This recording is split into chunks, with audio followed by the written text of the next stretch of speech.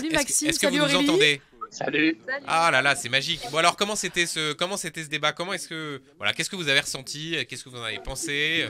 Pour tous ceux qui sont en train de Alors non, nous on vous écouter, entend nous pas du regarder. tout. Hein. Ah, vous nous entendez pas. Alors attendez, on va Alors, résoudre toi, oui. ça Toi, tout oui, de mais suite. visiblement une autre voix qu'on n'entend pas.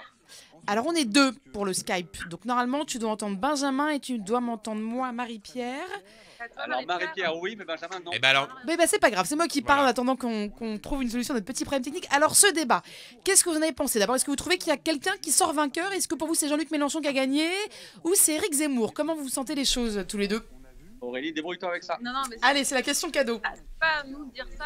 Enfin, Mm. ce sera intéressant de voir si en effet, par exemple, dans les sondages après, nous, on les a vraiment traités d'égal à égal, en tout cas, Mm. dans cette... Ouais, là, moi, je serais incapable de répondre à cette question, vraiment. Non, mais c'est pour ça qu'on va- Est-ce que là, vous m'entendez? On était au milieu de tout ça pendant plus de 2 heures et que c'est pas évident de juger. Vous avez, tout ça. vous avez eu des surprises, vous, dans le débat? Est-ce c'est que- intéressant de voir Éric Zemmour, par exemple, parler du pouvoir d'achat ou D'accord. des questions d'environnement. J'ai quand même l'impression qu'on l'avait jamais entendu. Ouais. Oui, Vraiment, tout à fait. On se disait la même chose. préconisations, même si elles n'étaient pas forcément nombreuses sur ces sujets-là. Est-ce que vous m'entendez là? Ou est-ce que ça remarche ou est-ce que ça marche toujours pas? Vous avez eu Ouais. des surprises dans le débat, des choses qui vous ont surpris du côté de Jean-Luc Mélenchon ou d'Éric Zemmour? Des surprises, pas vraiment. D'accord. Pas vraiment, mais ça n'empêche pas qu'on a eu le sentiment, enfin en tout cas moi j'ai eu le sentiment d'assister à un moment assez rare, quoi. Enfin voilà, plus de 2 heures de débat comme ça, à ce niveau-là, sur autant de sujets, en prime time. Enfin, il n'y a que chez nous que ça peut arriver, ce genre de truc sur BFM. Enfin voilà. Alors je rebondis sur ce que tu dis, Maxime. Nous, on a beaucoup de gens sur Twitch qui nous ont dit on s'est régalé, c'était un débat de très bon niveau. On a parlé d'histoire, on a parlé de philosophie. Vraiment, les gens qui ont regardé le débat étaient agréablement surpris du niveau. Est-ce que vous aussi, vous étiez surpris? Vous avez trouvé que c'était vraiment très intéressant? Oui, agréablement surpris et content que ça n'ait pas viré à la foire d'empoigne. Il y avait quand même le temps pour chacun d'exprimer ses idées et de répondre. Et puis oui, on a vraiment pris le temps, mais ça c'était le deal de départ. Chaque partie devait durer aussi longtemps. D'abord le régalien et après les questions sociales et d'environnement. On a Daddy Diou sur Twitch qui nous demande combien de temps ça vous a mis pour préparer le débat et est-ce que vous avez trouvé ça dur de l'animer, de le présenter? Moi je pose la question autrement, est-ce que vous étiez un peu stressé? Est-ce que vous avez mal dormi la nuit dernière? Dites-nous honnêtement, on est entre nous. Hein. La vérité, oui. on dort La mal. vérité, oui, d'accord. J'étais ultra stressée. Moi j'ai mal au rein d'ailleurs, je sais pas si je suis en train de faire un calcul rénal. Non mais D'accord.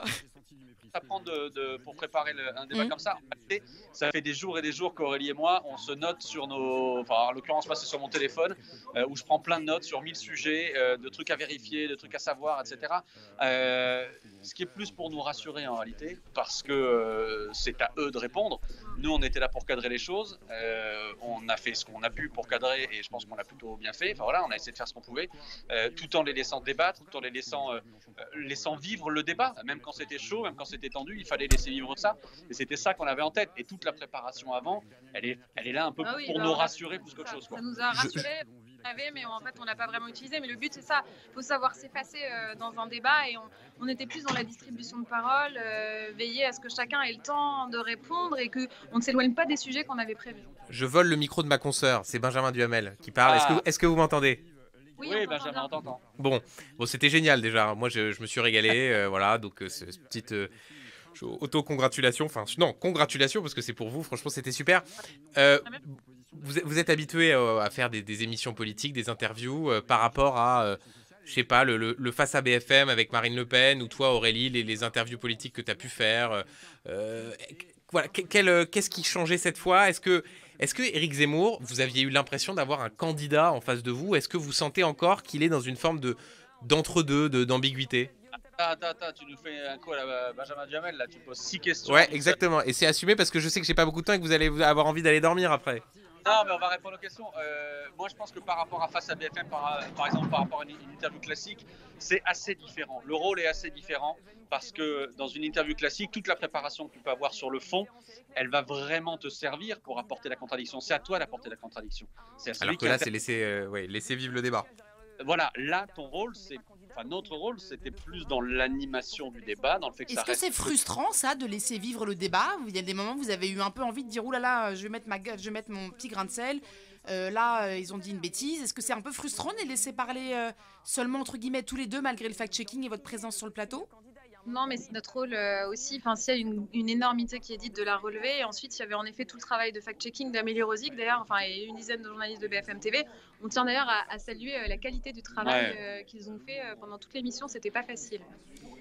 On a VPLK sur Twitch qui vous remercie tous les deux, qui dit merci aux deux présentateurs, je suis plutôt fâchée avec les médias. Là, c'était bien tenu, merci beaucoup.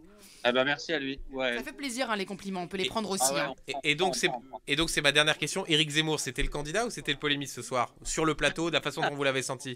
Candidat quand même, je pense que tout le monde l'a senti. Quand il dit...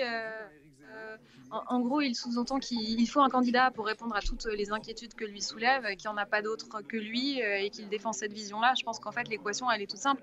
Oui, il se voit candidat. Et comme il le dit très bien, en fait, il lui reste juste à choisir son heure maintenant.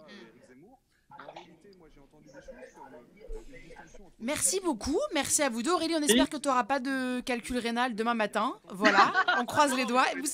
Qu'est-ce que vous allez faire là? Vous allez boire un petit coup, vous rentrez vous coucher? Dites-nous.